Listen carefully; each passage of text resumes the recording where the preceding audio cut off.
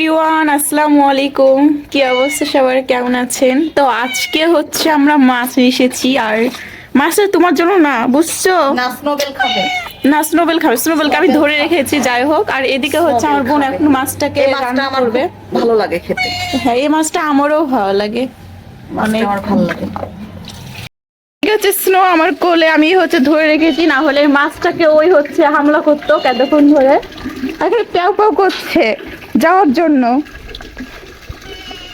না, তোমাকে দেওয়া হবে না, এটা তোমার জন্য, এটা আমাদের জন্য এই মাছটা, বুঝছো? দাও, ওকে নিয়ে যাও, না হলে ও হচ্ছে হামলা করবে মাছে, মাছও কাটতে দিবে না। যাও যাও, নিয়ে যাও নিয়ে যাও।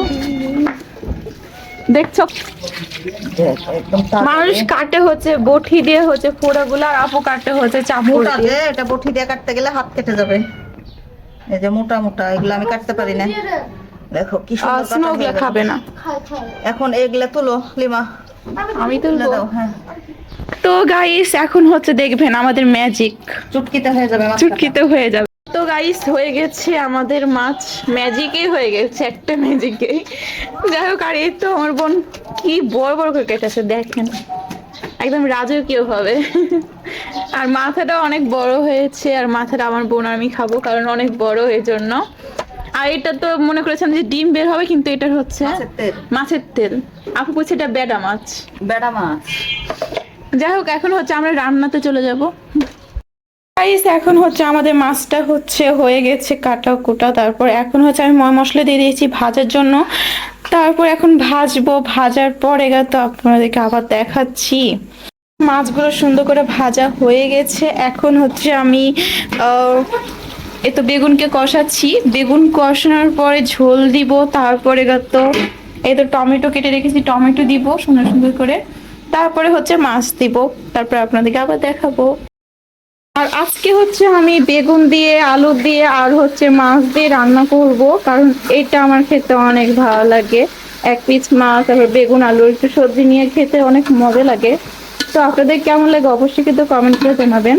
আর এদিকে হচ্ছে আমি এখন কষাচ্ছি, এখনো কষানো হয়নি, জানি না কেমন আসছে খাবারটা।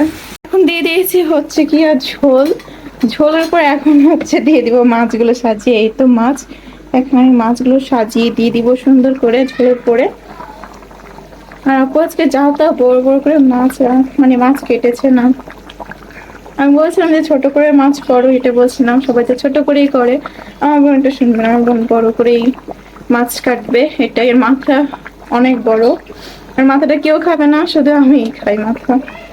যাই হোক, আর এগুলো হচ্ছে মাছের ডিম, আমি এক সাইডে দিয়ে দিচ্ছি, আর এই মাছটা এখানে দিলাম।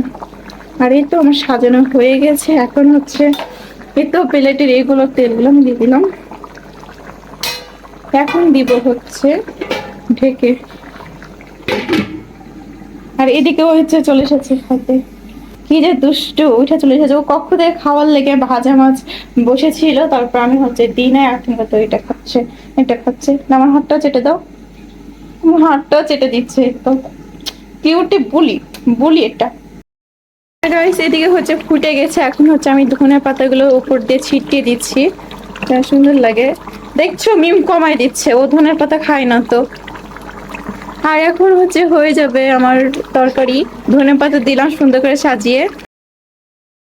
এখন ফাইনাল লুক, একদম জমে গেছে, জমে একদম ক্ষীর হয়ে গেছে। আর এই তো, আর এখন হচ্ছে আমি তুলে নিব খাওয়ার জন্য। যাক, মাছটা কি যে সুন্দর হয়েছে। আমি কোনটা নিবা বলো?